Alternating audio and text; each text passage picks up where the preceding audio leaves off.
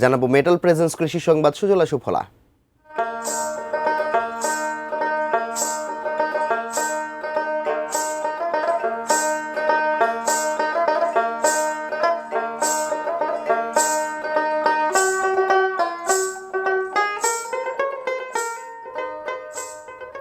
নির্বাচন, পহেলা ফাল্গুন আর ভালোবাসা দিবস, এই ৩ উপলক্ষ সামনেই, তাই ফুরসত নেই যশোরের গদখালির ফুল চাষিদের। ভরা মৌসুমে মাঠ জুড়ে এখন নানা রঙের ফুলের হাসি। যশোর প্রতিনিধির পাঠানো তথ্য ছবিতে ডেস্ক রিপোর্ট।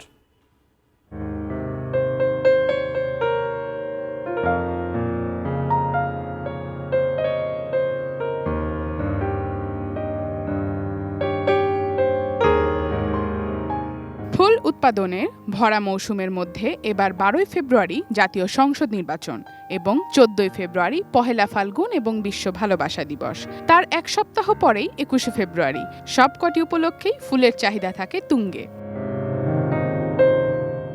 নির্বাচনী প্রচার, পথসভা আর বিজয় মিছিলের সবচেয়ে বেশি চাহিদা থাকে গাঁদা আর রজনীগন্ধার। ১৪ই ফেব্রুয়ারি মূলত গোলাপের দিন। ২১শে আবার গাঁদা, ডালিয়া, চন্দ্রমল্লিকা বেশি বিক্রি হয়। ৩ থেকে ৩.৫ বিঘা গোলাপ বা জারবারার প্রজেক্ট রয়েছে। বিগত ৩ মাসে ভালো দাম পেয়েছে ফুলের। সারা বছর লাভ লস হিসেব করি আমরা এই ৩টে অনুষ্ঠানে, কিন্তু এই ৩টে অনুষ্ঠান সামনে কি হবে এবং আমরা চাষিরা অনেকটা দুশ্চিন্তায় আছি।